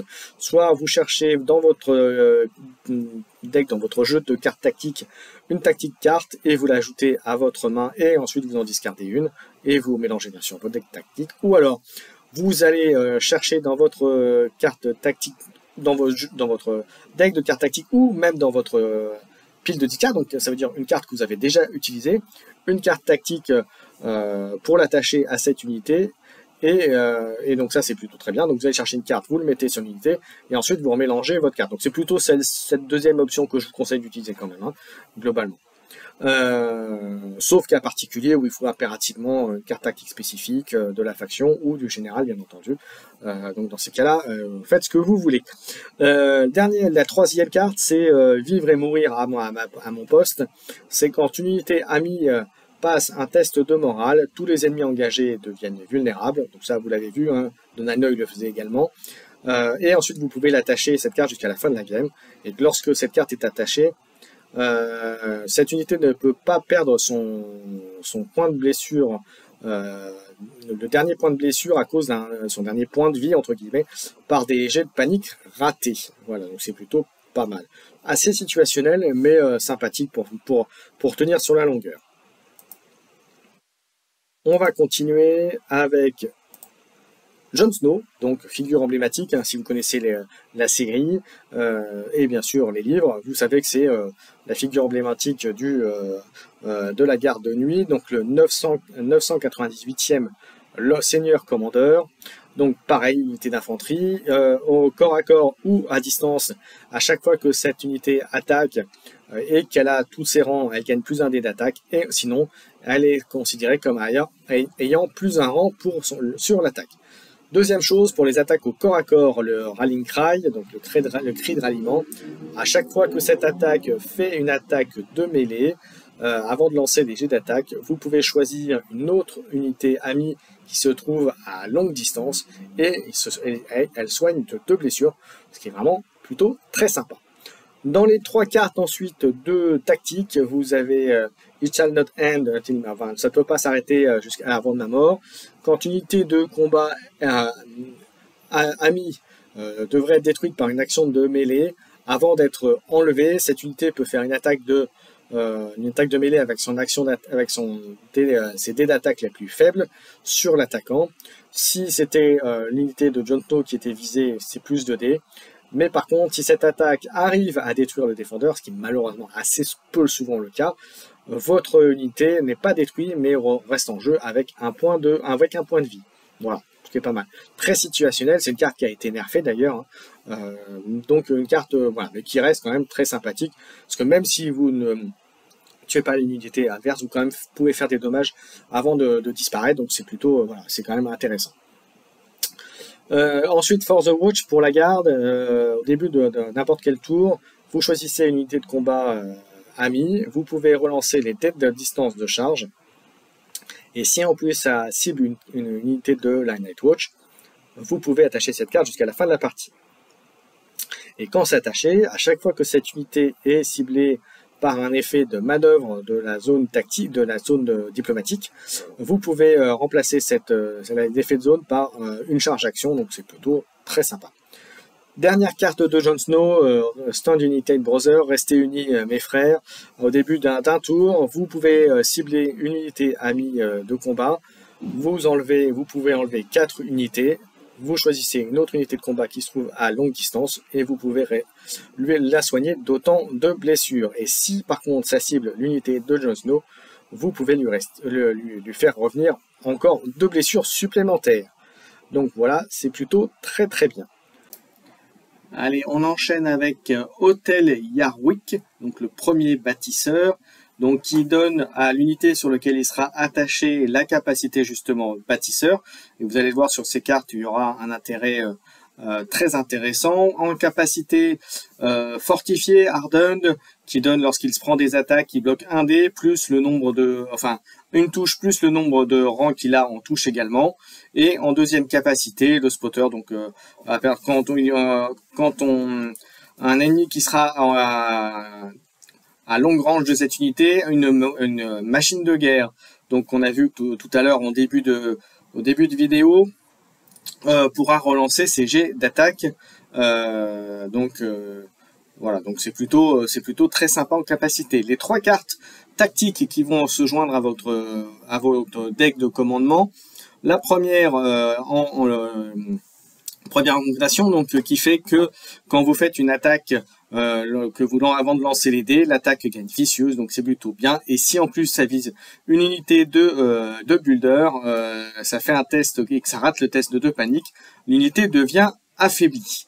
La deuxième construction rapide au début du tour, voilà, vous placez un terrain, un mur bas qui est destructible, fortifié et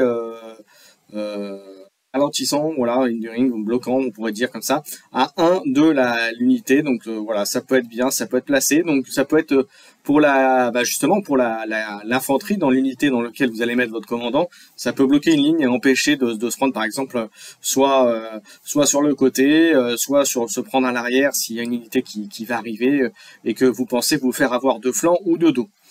Troisième carte tactique, on enhancement. Quand une unité amie fait une attaque, avant de lancer les dés, vous rajoutez un de touche. Et si en plus c'est une unité de builder, ça rajoute plus un dé à l'attaque. En sachant que les capacités que vous avez vues, les deux augmentations, eh bien ça peut marcher bien sûr sur les attaques à distance, donc en l'occurrence sur les machines de guerre. Donc c'est plutôt très sympa. Après avoir se trouvé sur quelle liste le mettre en tant que commandant, ça c'est encore une autre affaire. Et je pense personnellement que c'est un commandant intéressant, mais pas sur toutes, en fonction de, pas sur toutes les armées ou en tout cas les listes que vous aurez en face de vous. Voilà, en sachant que Autel, comme d'autres généraux qu'on a vus précédemment, la plupart pourront être disponibles en attachement, qu'on en verra plus tard. Voilà, bah, écoutez, on va regarder maintenant le suivant, et ce sera le dernier commandant de la Nightwatch disponible. C'est Sir Denis Mallister, le commandant de la Tour de l'Ombre. Alors, il a en première, c'est le vœu de chevalerie, qui après le déploiement, vous pouvez cibler une unité ennemie, et quand cette unité attaque ou charge cet ennemi, cette unité va gagner plus un hit et pourra relancer ses attaques de mêlée ont un hit, plus un hit, et pourra relancer son jet de distance de charge. Donc c'est plutôt pas rien. Ensuite, le commandant dévoué, Dutiful, c'est donc si c'est attaché à une unité de la défauche, qui sera souvent le cas, hein, il faut quand même le savoir. Après le déploiement, vous pouvez chercher dans votre deck par tempéré par le devoir, donc c'est l'une des trois cartes tactiques que l'on va voir juste après, et vous pouvez lui attacher à cette unité, et ensuite bien sûr vous remélangez votre deck. Donc deux capacités qui sont plutôt intéressantes, surtout celle d'aller chercher une carte tactique tempère de Berduti. Vous allez voir pourquoi, parce qu'elle est plutôt sympathique. L'autre est plutôt situationnelle, parce qu'il faut vraiment arriver à bien se déplacer et à bien cibler l'unité. Bon, après vous allez me dire, vous choisissez le vœu de chevalerie après le déploiement, donc vous savez quelle unité cibler. Maintenant attention, évitez, petit conseil, évitez d'utiliser contre une unité cavalerie de votre adversaire, puisque comme vous le savez, ce sont les unités qui ont le plus de manœuvrabilité, et en tout cas qui peuvent se déplacer très très vite sur le terrain. Donc, sachant ça, votre adversaire peut très bien faire en sorte que cette unité cavalerie ne vienne pas sur l'unité sur laquelle vous avez mis votre commandant, donc en l'occurrence Mallister. On va regarder les cartes tactiques ensuite. Adaptive Methods, au début d'un tour, vous remplacez un token, enfin un jeton condition sur une des unités avec un autre, donc ça peut être pas mal. Vous remplacez un affaibli par un vulnérable ou ainsi de suite en fonction de la situation qui vous intéresse. Donc c'est plutôt pas rien. Et cerise sur le gâteau, si vous contrôlez l'icône lettre sur le tableau diplomatique, vous pouvez vous déplacer ce token, ce jeton de token condition, vous le mettez sur une autre unité. Donc il n'y a pas de condition de distance ni de truc, donc vous pouvez très bien jouer ça sur deux ennemis ou une amie et un ennemi. Voilà, on vous a mis un token affaibli, bah vous dites bah non, bah l'affaibli maintenant il va être sur cette unité là, celle qui est prévue de charger contre moi. Donc vous voyez, c'est plutôt ça peut être une bonne option de jeu. Ensuite, le tempéré par le devoir, donc la carte qu'il peut aller chercher après le déploiement. Donc ça, au début d'un tour ami, vous ciblez une unité Nightwatch, vous lui attachez cette carte qui va rester bien sûr jusqu'à la fin de la partie, et ça c'est très intéressant. Et en termes de capacité propre, ce que ça donne, c'est que la unité sur laquelle a été mise, à chaque fois qu'elle va s'activer, un ennemi qui aura été engagé par elle, donc au corps à corps, hein, gagne un jeton condition, et plus un jeton condition par chacun des rangs de détruits de l'unité. Donc ça peut être très bien pour affaiblir les unités adverses. Conditionnel, attention, parce que la Death Watch, généralement, si elle est empêtrée en corps à corps, en mêlée, c'est pas forcément les meilleurs. Alors, ils font de très bons dégâts, mais comme vous le savez, la Nightwatch aime bien aussi se déplacer, bouger, faire des attaques, etc. Donc attention, voilà, faites attention à la constitution de votre liste si vous prenez Malister en tant que commandant. Ensuite, la troisième carte, la dernière, c'est combat de prouesse de combat. Ça fait la chose suivante, quand un ennemi vous cible par une capacité ou par une carte tactique, vous pouvez dépenser un jeton condition, un token condition que cet ennemi a, et si vous le faites, vous annulez l'action ou de cette habilité ou de cette carte tactique, donc ça peut être très fort. Attention toutefois, ça nécesse que vous ayez des capacités pour mettre les tokens sur vos adversaires, que vous les ayez mis. Donc là encore, ça dépend aussi de votre liste de combat, puisque vous le savez aussi, lorsqu'on a analysé tout à l'heure les unités combattantes, voilà, il n'y a pas non plus 36 unités qui mettent des jetons, des conditions tokens sur les unités adverses. Donc attention quand même, c'est quand même conditionné à votre constitution d'armée. Deuxième capacité de la carte, au début d'un tour ami, vous pouvez choisir une unité ami qui est engagée en combat et vous lui enlevez une condition, un jeton de condition qui est dessus. Voilà, on a vu les trois cartes. Voilà, on a fait le tour aussi de tous les commandants. Donc, vous voyez, il y en a des biens, il y en a des un peu moins bien, qui sont vraiment un peu plus situationnels, d'autres qui nécessitent vraiment, là comme celui-ci, comme Malister, vraiment d'avoir une liste qui tourne autour de lui. Donc voilà, mais en tout cas, il y a des commandants intéressants, il y a des tactiques de jeu intéressantes qui diffèrent vraiment de l'un à l'autre. À vous de trouver le bon commandant, et j'espère en tout cas que ça vous servira pour le choisir. Allez, on va passer à la suite. Allez, on va commencer les attachements de la Nightwatch par ces trois-là. Alistair Thorne, Benjen Stark et Cole Hans. Alistair Thorne, vous pouvez l'avoir également en général. Donc là, c'est la version attachement que vous avez. Ça coûte 1 point, 2 capacités intéressantes. La première donne des bonus au jet de panique et réduit les blessures que vous subissez si vous les ratez. Et l'autre capacité, c'est si vous réussissez un jet de panique, l'ennemi qui est engagé avec cette unité perd une blessure. Donc ça, c'est plutôt, prend une blessure. Donc c'est plutôt pas mal. Benjen Stark, là aussi, vous pouvez l'avoir en commandant. Là, le loup sur le mur. Un ordre intéressant, c'est l'ordre sentinelle. Quand une unité amie est attaquée à longue distance, cette unité peut faire une charge ou une action de manœuvre. Bien sûr, chargée, c'est sur l'unité qui attaque votre unité amie. La capacité qui est intéressante également, c'est embuscade. Si un ennemi est chargé de flanc ou de dos, l'unité chargée, qui a été chargée, devient paniquée et affaiblie. Donc là, c'est plutôt très sympa.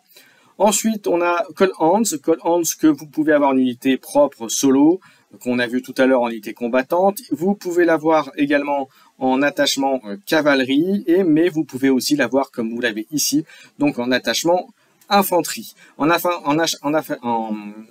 infanterie, il coûte 1 point et un effet qui est plutôt très sympa, qui vous permet de ce qu'on appelle outflank, donc en fait de déborder votre adversaire. En fait, simplement lorsque vous allez déployer l'unité, au lieu de déployer, vous pouvez le garder en réserve, et quand une unité non combattante va prendre possession de la zone cavalerie sur le tableau diplomatique, vous pouvez déployer cette unité pleinement à courte distance d'un des flancs de table. Donc c'est plutôt très sympa, ça peut faire très mal. Même donc vous la mettez sur une bonne unité infanterie qui est capable de faire de gros dégâts, ou alors de bien tenir et du coup d'aller prendre possession d'un objectif avant votre adversaire, ou sur un endroit qui va trouver affaibli, et ça fera le café. Donc voilà pour ces premiers attachements. On va passer à la suite avec trois autres avec Cotter Spike, Edison Tollett et Gren. Pareil que trois bons attachements personnellement, enfin à mon sens. Le premier, Cotter Spike, Ironbone Brother. Donc vous le savez aussi, Cotter Spike, vous pouvez l'avoir en commandant. En ordre, héroïsme, reckless, enfin voilà, bref, ça vous permet de, lorsque vous faites une action de charge, avant de la résoudre, vous lancez l'unité perd T3 blessures, mais par contre, à contrario, c'est fait comme s'il avait fait un 6 pour la charge. Donc très pratique, ça permet de valider la charge et surtout de faire un 6, donc ça veut dire donc d'être automatiquement sur votre l'unité adverse, puisque je rappelle que vous ne pouvez pas lancer une charge si vous n'avez pas la distance la distance maximum pour la faire. Donc là, avec un 6, vous faites la distance maximum de votre unité, donc ça veut dire que vous réussissez, donc vous ferez vos jets de relance pour la charge, sauf bien sûr s'il y a des terrains et ce genre de choses, mais en tout cas, vous avez réussi votre charge automatiquement. Voilà. Après, l'inconvénient, c'est que vous avez perdu des 3 blessures, mais bon, hein, le risque en vaut la chandelle, comme on dirait. Et la deuxième capacité, charge furieuse, là automatiquement, un ennemi qui est chargé par cette unité devient vulnérable. Donc ça veut dire qu'en gros, vous avez sacrifié avec l'ordre, vous avez sacrifié votre dé de 3 blessures pour réussir votre charge, être au contact, relancer vos dés, et en plus l'unité en face est vulnérable. Donc vous imaginez, ça peut faire très très mal à votre adversaire. Ensuite, Edison Twilight, qui coûte 2, donc un peu plus cher que Cotter Spike et que Grain qu'on va voir juste après. Donc l'humour, voilà. Alors ça fait quand cette unité a au moins un rang détruite, il ne peut pas être ciblé par les ordres ennemis, donc ça c'est plutôt fort. Mais pas seulement les ordres ennemis, mais aussi les cartes tactiques, et ne peut pas être influencé par les cartes NCU ennemis. Donc ça, c'est plutôt très très fort. Et s'il a un seul rang restant, ses attaques de mêlée gagnent plus 1. Alors ça, c'est très très bon, et je pense que c'est une bonne addition lorsque notamment vous affrontez les Lannister. Alors je l'ai encore, pour information, je ne l'ai pas encore joué. Voilà, donc je vous dis ça comme ça à première venue, ce n'est que mon avis, comme ça, brûle pour point. Ensuite, on va avoir Grain, le roc, que j'aime beaucoup, qui, pour l'avoir utilisé lors d'une partie contre du Targaryen, a fait son office. Alors, qu'est-ce que ça fait? L'ordre, pour un point, donc, une unité qui est à courte distance qui s'active. Et donc, si cet ennemi peut charger cette unité, donc il y a moins 12 et à short distance, ça veut dire qu'il est à 12. Voilà, donc concrètement, qu'il est devant, hein, par rapport à votre unité. Il doit faire un test de morale à -1 pour chaque -1 pour chaque rang restant dans cette unité. Et sur un jet raté, il doit faire une action de charge sur cette unité. Alors, c'est plutôt très bien. Alors, à voir sur quelle unité vous mettez Grain. Personnellement, je l'avais testé sur mes lanciers Spearmen, sur mes lanciers de la tour. Et bien du coup, l'ennemi, donc je crois que c'était de la cavalerie, je l'ai forcé à charger sur moi. Et comme du coup, vous le savez, l'unité des lanciers a un ordre qui fait que lorsqu'ils sont chargés, lorsqu'ils sont attaqués de front, ils peuvent attaquer en premier, et ben du coup, c'est ce qui s'est passé, et la cavalerie a eu très très mal. Voilà. Et pour la petite histoire, c'était même, de mémoire, c'était même encore plus vicieux que ça, puisque j'ai pu faire une contre-attaque, puisqu'il me restait plus que Grain dans mon unité de lancier, et que qu'ils avaient la carte qui faisait qu'ils attaquent avec le maximum de rang. Donc en gros, avant de me faire perdre cette unité, j'ai pu attaquer à plein sur la unité cavalerie, qui malheureusement, avec mes gènes, n'a pas pu tomber, mais voilà. Donc vous voyez, une utilisation parmi d'autres de cet attachement. Ensuite, trois autres, le Ranger endurci, en capacité, il a une unité chargée par elle, donc pour un point, chargée par elle devient vulnérable, donc ce qui est plutôt très sympa. Et l'autre chose, c'est quand l'unité peut relancer ses jets de retraite de distance. Voilà. Et l'autre intérêt aussi, c'est que justement quand elle part en retraite, l'unité sur laquelle elle a été désengagée ne peut pas repivoter, donc ce qui est très bien, et est affaibli, ce qui veut dire que si vous avez une autre unité par exemple, ou elle, si par exemple vous le faites en dernière action de cette unité, vous êtes placé, vous avez l'initiative au tour d'après, bah, vous la chargez, et c'est parfait puisqu'elle n'aura pas pivoté suite à votre retrait, puisque vous le savez, la règle c'est que si vous vous désengagez d'un combat corps à corps, l'unité adverse, à moins d'être engagée par une autre unité ou ce genre de choses, ne peut pivoter dans le sens qu'elle le souhaite. Donc voilà, donc là ça l'empêche, et puis surtout ça donne le jeton affaibli. Ensuite, on a Jon Snow pour 2 points, qui a deux ordres qui sont plutôt très bien. Un qui ressemble, qui est le même quasiment que Cotter Spike, qui permet de faire une charge avec un des 3 blessures, mais par contre de faire un 6. Donc ça c'est fort. Et en ordre, le Warcry, le cri de guerre, au début d'un tour ami, cette unité fait un jet de morale, et sur un succès, une unité ennemie qui est à longue distance devient paniquée et vulnérable, donc c'est plutôt très très fort. Ensuite, on passe à Hotel Yarwick, donc on peut aussi y avoir en commandant, comme Jon Snow. Il fait que si vous contrôlez la bourse, ces unités gagnent +1 à ses jets de défense, et en plus, les unités attaquantes ennemies à longue distance de cette unité, à longue distance de cette unité, permet à vos machines de guerre de relancer vos dés. Je me suis mal exprimé. Voilà, concrètement, à longue distance, si vous voulez les cibler avec vos machines de guerre relancent leur jet d'attaque, donc qui est plutôt très fort si vous incluez justement des machines de guerre. Encore, on en revient à la même chose que je disais tout à l'heure sur le commandant Hotel Yarwick, quand vous l'avez en commandant. Voilà, c'est pas à mettre dans toutes les listes, mais ça reste quand même très fort. Voilà, et on verra tout à l'heure l'unité non combattante Hotel Yarwick est à mon sens un peu plus intéressante que le commandant, mais ce n'est que mon point de vue. On continue avec les attachements, avec Pirard, le singe. Donc pour 1 point, il a la retraite, ordre de retraite, qui permet, après qu'une unité ennemie a fait une attaque sur cette unité, ça lui permet à cette unité de faire une retraite. Donc ça peut être bien aussi avec les patrouilleurs rangers notamment, parce que comme vous le savez, ils ont un ordre qui leur permet de, à partir du moment où ils ont fait une manœuvre ou une retraite, ils peuvent quoi que, à voir si ça se complète. J'ai un petit doute quand même sur ce que je vous dis là. Mais en tout cas, voilà, c'est sympa. Après, pour 1 point, vu la capacité de l'unité, je pense qu'il y a quand même peut-être mieux en attachement que celui-là. Voilà, ça c'est mon point de vue. Ensuite, on passe à une carte où il y a pas mal de débats actuellement sur les forums. Corin Halfland, donc le Ranger. Donc en unité natif, en Battlescar, donc pour 2 points, après que cette unité est attaquée, on place un ordre token sur Corin. Si l'attaque de mêlée de cette unité, gagne un bonus équivalent au nombre de tokens sur l'unité, un dé vicieux, 2 dés Thundering et 3 dés, l'unité attaque toujours avec ses dés, les dés plus forts, le plus nombreux, donc comme si elle avait tous ses rangs concrètement, et elle peut relancer ses jets d'attaque. Donc c'est plutôt très très sympa pour 2 points. Et la deuxième capacité permet qu'à chaque fois qu'un rang de cette unité a été détruit, l'ennemi sur lequel ils sont engagés subit une blessure. Voilà. Ensuite, on passe à Samuel Tarley, qu'on peut également avoir en unité non combattante. Corin Halfland, on pouvait l'avoir en commandant.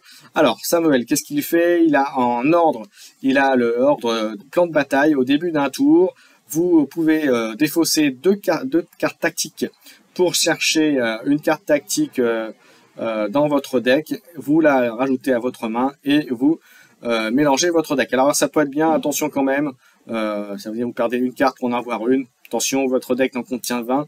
Donc en espérant que vous n'ayez pas défaussé des cartes qui sont utiles par la suite de votre bataille.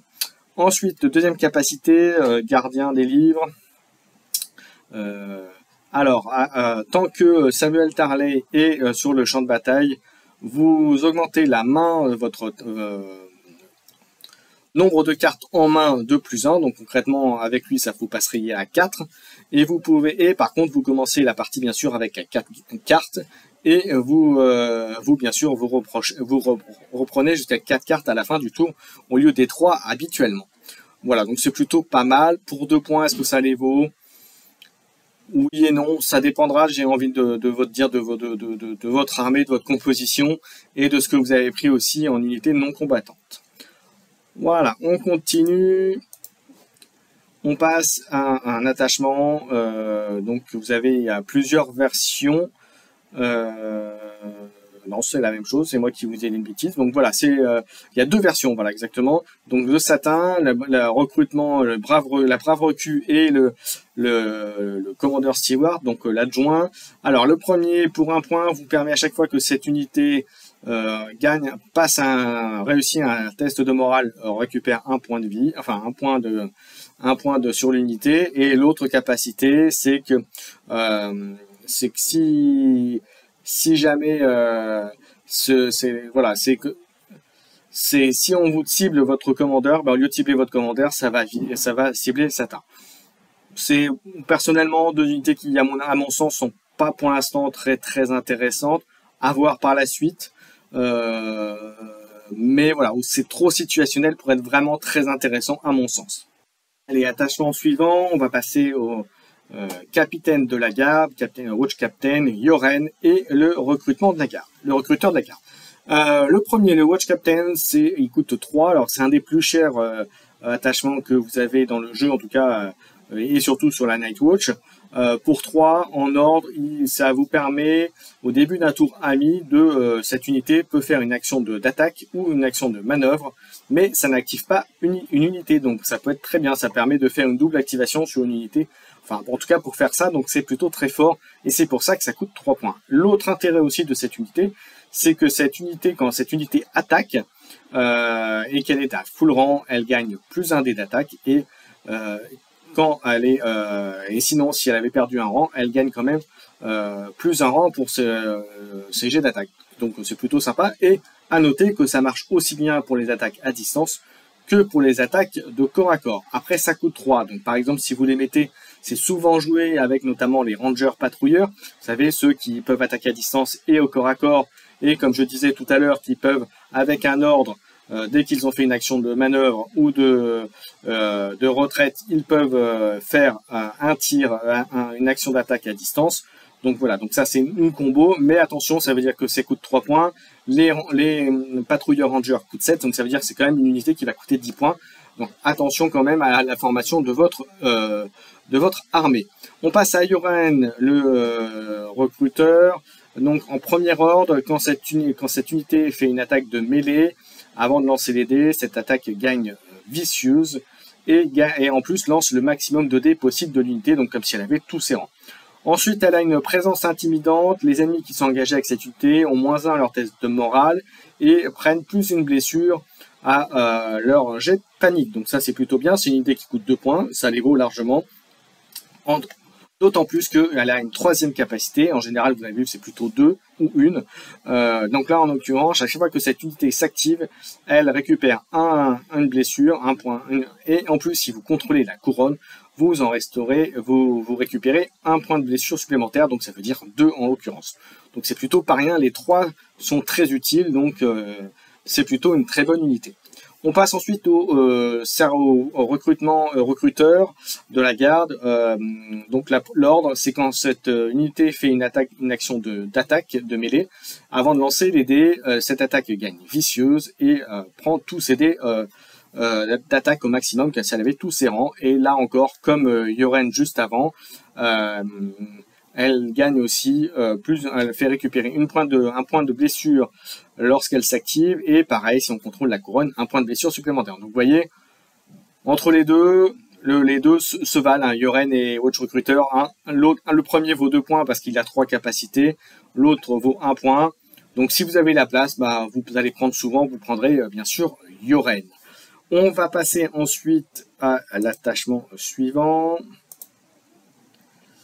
Alors, les Senior Builders, donc ça, c'est de l'infanterie. Quand vous contrôlez, il a en première le Senior Builder, quand vous contrôlez la bourse, cette unité gagne plus 1 de dé de défense, donc c'est plutôt pas rien.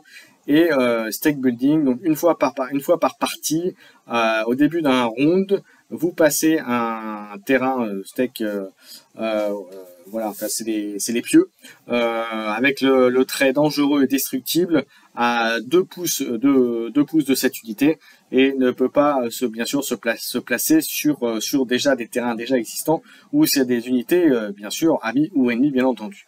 Donc voilà, c'est plutôt sympa pour un point. Voilà. Après, je pense qu'il y a mieux comme attachement, mais bon, tout dépend de la liste que vous faites autour, bien entendu. Ce n'est que mon point de vue. Ensuite, première modification de terrain, de builder. Donc là, c'est donc avec lui, donc vous mettez sur un scorpion ça coûte 1 point et l'ordre c'est Overwatch. Quand un ennemi fait une marche ou une action de manœuvre à longue distance de cette unité peut lui faire une attaque à distance. Pas mal, très situationnel en général, vous ferez une fois ou deux grand maximum dans la bataille. Tout dépend bien sûr de votre positionnement et de ce que vous avez mis autour. Voilà, est-ce que ça vaut pour 1 point? Oui, ça les vaut, tout dépend de la composition de votre armée et surtout de la composition de votre adversaire. On va continuer avec l'attachement Hôtel Yarwick.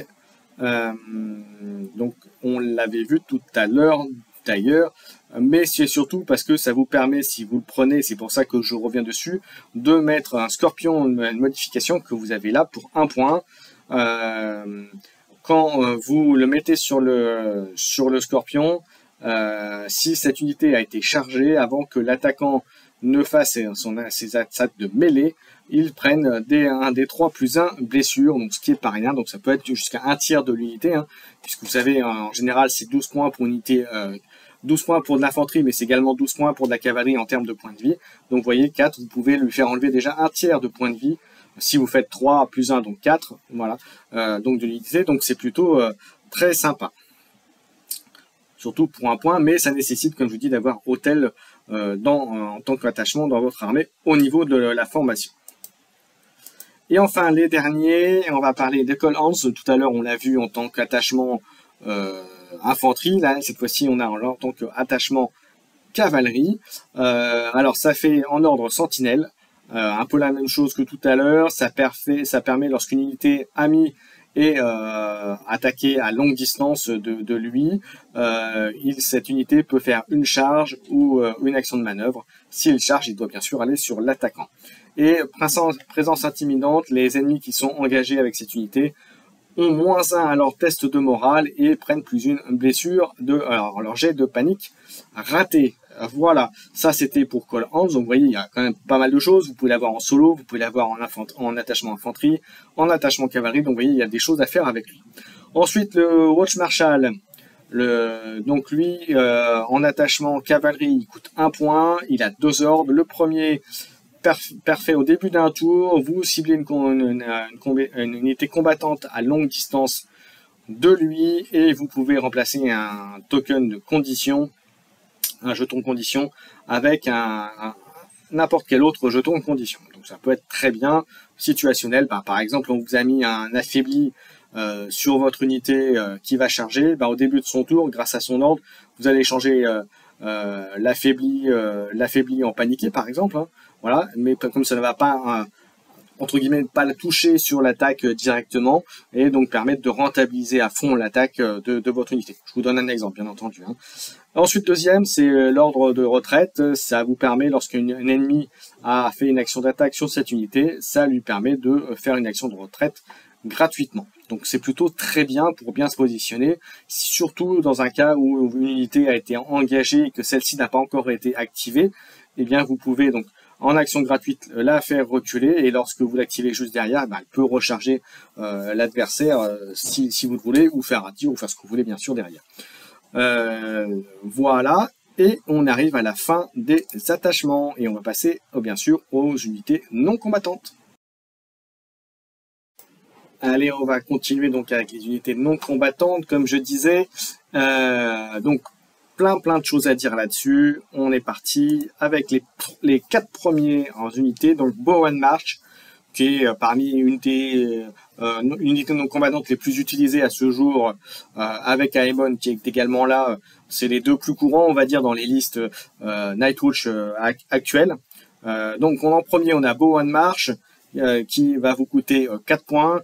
Alors pourquoi il est souvent pris? Tout simplement parce qu'à chaque fois qu'il va prendre une zone, en plus de faire l'action de la zone, vous allez avoir la possibilité de regarder 2 cartes de au-dessus de votre pile de cartes tactiques. Vous en prenez une, vous en prenez une dans votre main et l'autre vous la mettez en dessous de votre deck. Donc ça vous permet quand même de bien, d'une part, d'avoir plus facilement les cartes qui vous seront utiles, et surtout ça n'impacte pas non plus la prise de la zone sur le tableau diplomatique, donc c'est intéressant à plus d'un titre. Ensuite on passe à Donald Noy qui coûte 4 points également, qui est intéressant. Lui qui vous donne la chose suivante: à chaque fois que vous prenez la zone bourse, vous pouvez remplacer l'effet de cette zone par une unité combattante gagne plus un jet de défense. Voilà, à ces jets de défense jusqu'à la fin du tour. C'est assez additionnel pour 4. Voilà. Est-ce que pour moi il y a d'autres NCU plus intéressants, donc notamment Bowen qu'on vient de voir, et maintenant Aemon que je vais vous montrer, dont je vais parler tout de suite. Aemon, donc aussi parmi celui le plus utilisé. Alors pourquoi? Parce qu'il est très fort pour le soin, parce que pour 4, en plus de faire l'action de la zone sur laquelle il va faire, donc à chaque fois qu'il va prendre une zone, vous ciblez une unité amie, une unité de combat amie, et vous le soignez de 1 point de blessure plus 1 point de blessure par rang qu'il a détruit. Donc concrètement, vous prenez par exemple la zone qui permet de soigner 3 points, et bien vous pouvez très bien cibler une unité de faire le soin de 3 points et en cibler une autre, et une unité qui a perdu un rang, et bien vous allez lui faire récupérer en plus 2 blessures. Donc en gros, pour une activation, vous avez soigné 3 blessures plus 2, donc en fait pour une activation vous avez soigné 5 blessures, donc c'est quand même pas rien.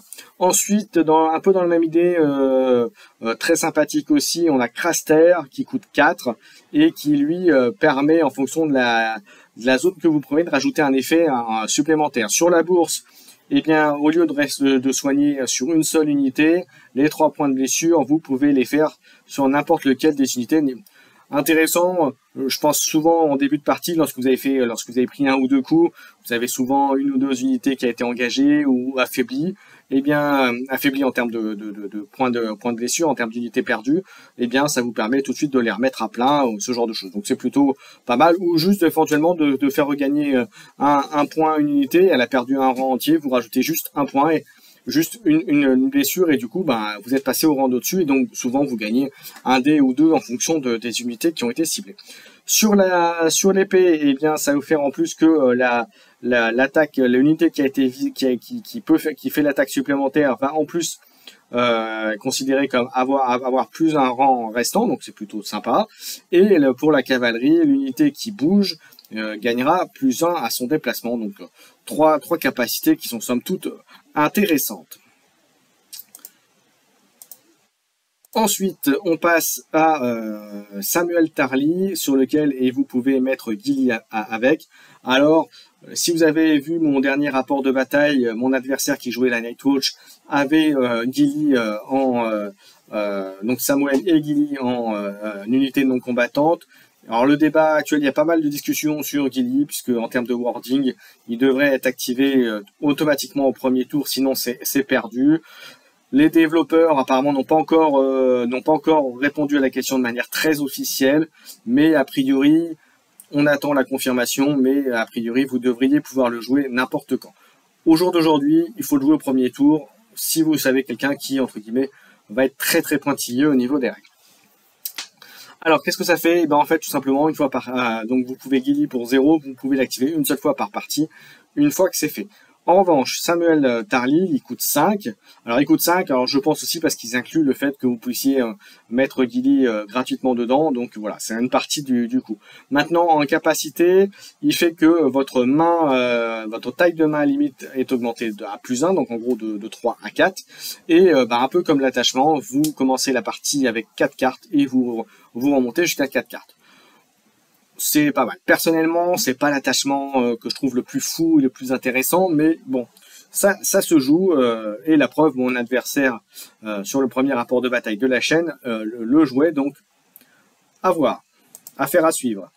Ensuite, on continue avec Géor Mormont, qui lui vous permet à chaque fois qu'il cible, donc pour 4 points, à chaque fois qu'il prend le contrôle d'une zone, vous pouvez cibler 2 unités amies de la Nightwatch qui se trouvent à longue distance ou au maximum à longue distance de l'un de l'autre. Vous pouvez bouger une carte tactique attachée de l'un vers l'autre. Donc ça, c'est plutôt pas mal. Et en plus, une fois par partie, quand Géor va prendre une zone, vous pouvez remplacer l'effet de la zone par... Vous prouvez une carte tactique qui a été attachée à une unité et qui est partie dans la carte de discard, hein, concrètement, et vous pouvez l'attacher à une autre unité de la Nightwatch. Donc c'est plutôt pas mal pour qu'au niveau situationnel, au niveau du plan de bataille, ça peut pas mal bouger. Donc c'est plutôt pas rien, surtout que la Nightwatch, comme vous avez pu voir, a quand même quelques cartes qui se mettent sur les unités. Donc ça peut permettre de redistribuer un peu les cartes et entre guillemets redistribuer un petit peu ce que vous pouvez faire à votre adversaire, et ça peut surprendre aussi votre adversaire. Donc c'est un NCU que personnellement je n'ai pas encore joué, mais là en discutant avec vous, en faisant cette vidéo, je me demande si ça pourrait être pas mal de l'intégrer. Petites idées là-dedans, à voir, à étudier, à tester, à suivre comme on dit. Ensuite, on a Hotel Yarwick, le spécialiste des machines de guerre. Alors là, vous l'avez vu avec l'attachement et le commandant. Alors là, c'est une unité non combattante qui coûte 5, un peu cher, vous allez me dire, mais alors l'effet qui est plutôt pas mal. Alors, quand vous prenez une zone avec lui, vous remplacez l'effet de la zone par une attaque à distance à 3+, 3D, mais par contre, attention, ça gagne plus un dé d'attaque par chaque rang de défenseur restant, et en plus, donc ça veut dire sur une infanterie qui a 3 rangs, et ben c'est plus 3D, sur une cavalerie, ben ça a 2 rangs, donc ça sera plus 2D à 3+, et en plus, en fonction de la zone sur laquelle vous avez mis hôtel, il y a un effet supplémentaire. Donc sur la couronne, c'est vicieux, sur la bourse, c'est Sundering, et sur l'épée, le défenseur est affaibli. Donc c'est quand même plutôt pas mal, et ça peut faire de gros dégâts.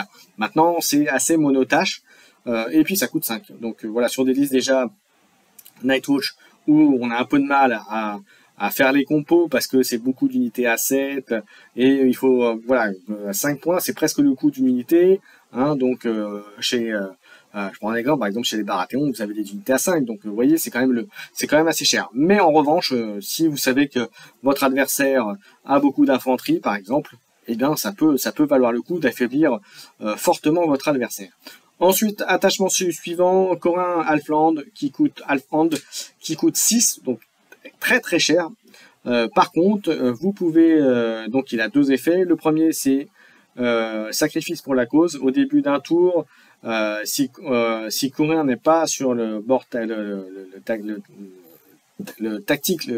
tableau tactique, donc tableau pointique, moi j'appelle ça aussi, hein, vous pouvez le détruire, et si vous le faites, vous ciblez une unité ennemie, et cette unité ne peut pas s'activer ou faire d'action ce tour-là. Alors attention, maintenant il y a quelques cartes, notamment par exemple c'est Janister, qui peuvent annuler cette action-là, et si elle annule cette action, vous avez Corin Halfland qui aura été sacrifié pour rien. Heureusement, il a un deuxième effet, c'est Halfland's Guidance, donc comment guider une unité. Donc c'est une influence, c'est quand Corin va prendre possession d'une zone sur le tableau tactique diplomatique, vous pouvez lui attacher cette carte-là jusqu'à la fin du round, et si cette unité cavalerie ou une infanterie, l'unité gagne +1 en déplacement et +1 dé d'attaque.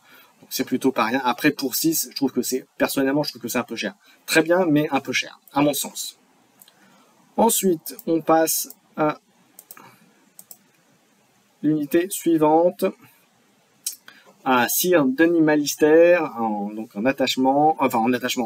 unité non combattante, pardon, pour 4 points. Alors lui, c'est pareil, quand il prend une zone, il va mettre une influence sur une unité amie.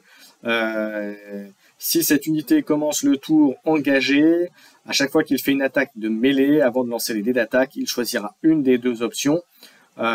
Et par contre, s'il lui reste plus qu'un rang en restant, eh ben, il va gagner les 2. Donc parmi les choix, il peut soit lancer le maximum de dés lors de son attaque, soit l'ennemi qui a été engagé à lui gagne un condition de token. Donc ça dépendra.